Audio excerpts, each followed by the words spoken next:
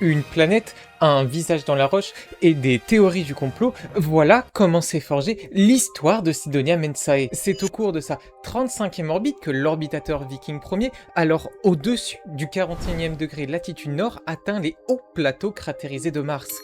Un cliché, celui d'une tête humaine dans la roche martienne, le regard fixe, va venir bouleverser la sphère des passionnés de l'espace. Pourtant, ce qu'a capturé le 25 juillet 1976 le cliché 35 à 72, c'est une formation rocheuse répondant au nom de Sidonia, dans la région d'Arabia Terra. Immédiatement, les scientifiques du Jet Project Laboratory affirment que ce n'est pas une anomalie organique, c'est un simple effet de notre cerveau, la pareidolie, une interprétation qui rattache une forme particulière à une image connue et logique. Exemple typique, les formes dans les nuages que notre cerveau analyse à tort comme un animal, un objet ou toute autre fantaisie, alors qu'il ne s'agit pas moins que de poussière et d'eau. Rapidement, les pseudo-scientifiques s'emparent de la photo. Pour certains, c'est la confirmation qu'une vie intelligente existe au-delà de la Terre, le visage devenant le résidu d'une structure artificielle complexe. Ces théoriciens réfutent l'avis des spécialistes, affirmant que cette pareidolie se révèle être une ancienne pyramide extraterrestre, voire une ancienne cité. Ces derniers s'appuient sur des arguments assez simplistes, disons. Laissez-moi vous les expliquer. 19 degrés 5, c'est le chiffre à la base de toute leur explication. Il semble être la cause de ce visage et il serait la preuve d'une vie extra-humaine et la représentation d'un système solaire caché grâce à l'alignement des artefacts. Selon eux, aucun événement naturel ne peut éroder le tas de roches de cette manière. Aussi, quand la sonde Mars Observer se crache le soir du 21 août 93, pour certains c'est la preuve, celle qui illustre comment la sonde spatiale a subi l'efficacité de systèmes antimissiles martiens. Le gouvernement américain, apeuré, aurait tout fait pour cacher aux yeux du grand public cette découverte, allant même jusqu'à sacrifier ses meilleures fusées. Quelques années plus tard, le refus de la part du Congrès américain de lancer une mission invitée argue auprès des fans d'Alien qu'une civilisation existe réellement. D'autant plus qu'à partir de 96, la NASA décide de conserver pour une période de 6 mois les clichés pris par leur machine. Selon l'agence spatiale, cela permet de garder un temps d'analyse. Pour eux, c'est une autre preuve. Les ufologues vont même jusqu'à trafiquer les images que la NASA leur donne à contre-cœur pour confirmer leur superstition.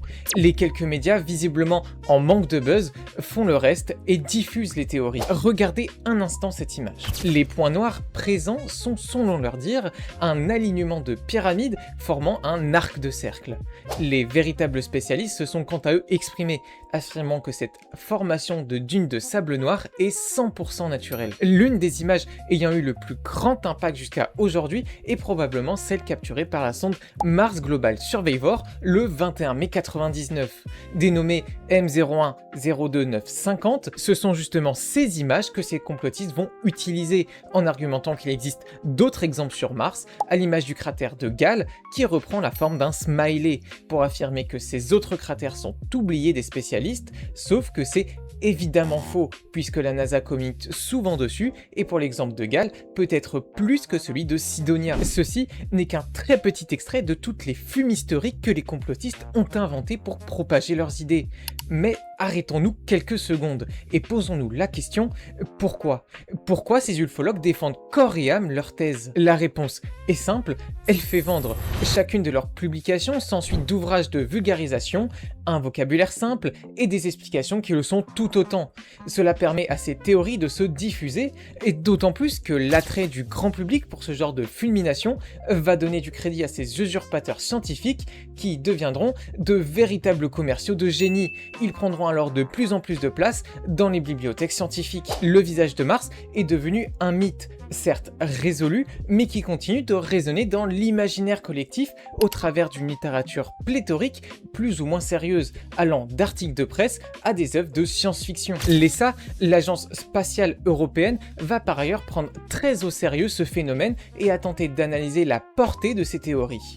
Je vous renvoie d'ailleurs au site de l'ESA elle-même et à l'excellent nirgal.net tenu par Philippe Labro, un vulgarisateur et planétologue amateur de très haut niveau dont je me suis énormément inspiré. Mais voilà, j'ai une autre question pour vous. Pourquoi les gens y ont cru? C'est simple, les conditions de la photo. Celles de l'époque n'étaient pas à l'avantage des scientifiques, la qualité n'était pas superbe, l'exposition de la lumière solaire et le relief donnaient cette impression d'un homme emmuré dans Mars. Cet exemple illustre à la perfection les dires de Carl Sagan, scientifique, qui dit « L'imagination nous emmènera souvent vers des mondes qui n'existent pas, mais sans elle, nous n'irions nulle part. » Pour autant, j'aimerais rappeler que pour l'époque, Viking 1er est un bijou de technologie. L'imagerie, par exemple, était parmi les meilleures, permettant de cartographier la planète dans des résolutions encore inédites. De même, la sonde emporte avec elle un spectromètre de masse permettant d'analyser chimiquement sa composition. Mais bref de complotisme, retournons à la réalité scientifique. C'est quoi réellement ce visage ? Vous l'aurez compris, ce n'est pas une tête organique bloquée dans la roche martienne, mais un fait géomorphologique lié à l'élévation du sol caractérisé par un dessus plat et des extrémités formées par des falaises. Ce procédé se nomme Mensae, et quant au terme Cydonia, il caractérise simplement la région dans laquelle cette structure se trouve. Bien que la théorie extraterrestre ait été directement réfutée, le visage de Mars demeure intéressant. Il se forme à la suite d'activités éoliennes ou tectoniques typiques de la région. C'est le signe d'anciennes coulées de lave qui auraient pu recouvrir les régions voisines. Et avant que ce phénomène n'ait été le fruit de nombreuses théories, la NASA va s'en amuser et n'hésite pas à le rendre public lors de la conférence de presse du 31 juillet, parlant justement d'une énorme formation rocheuse. Hello, I'm John Fish. La réalité du mythe de Mars prendra 30 ans pour être résolue, du moins pour prouver une fois de plus que ce n'est pas une formation extraterrestre. L'avancée technique de la photographie spatiale a permis à ce visage d'être éclairé de sa vraie nature, un relief résiduel allongé au-dessus duquel se succèdent quelques sommets érodés, selon Jean-Baptiste Feldman, journaliste et photographe amateur. Mars Express, la sonde européenne envoyée autour de Mars, a une résolution de 14 mètres par pixel, soit 10 fois supérieure à celle de 1976. Cette photo enterre finalement le rêve de trouver une civilisation, qui reste encore aujourd'hui vierge de toute vie. 30 ans durant lesquels d'autres expéditions ont tenté, parfois en vain, de fournir des clichés aussi précis. Mais la brume et parfois la poussière auront eu raison des technologies humaines. Pour revenir à la sonde Viking 1, elle était accompagnée de sa petite sœur Viking 2. Viking 1 est le deuxième vaisseau interplanétaire à se poser sur Mars et à réussir sa mission. Une mission qui a duré plus de 6 ans, ayant pour but de chercher une potentielle preuve de vie et de comprendre le fonctionnement de la planète. Ironiquement, c'est une simple mise à jour qui va mettre fin à son voyage, puisque cette mise à jour a tout simplement supprimé le programme des batteries, mettant fin aux communications. Si vous avez vu ma dernière vidéo, je vous disais que le mythe de Mu était relativement peu connu, mais pour ce qui est du visage de Mars, c'est encore pire. Enfin bref, je discrète, puisque cette encore plus niche n'a pas empêché les artistes de reprendre ce phénomène. Cette histoire, bien qu'elle ait été débunkée, a suscité un imaginaire sans égal. C'est ainsi que Cydonia Mensae s'introduit dans la culture populaire au travers des films, des jeux vidéo et évidemment de la musique. Commençons encore une fois par le jeu vidéo. En 88, dans Zack McCracken, le relief apparaît pour la première fois quand le joueur arrive au mont Rainier. Dans Final Fantasy IV, le visage devient un lieu visitable et il fera par ailleurs un petit clin d'œil dans Kerbal Space Program.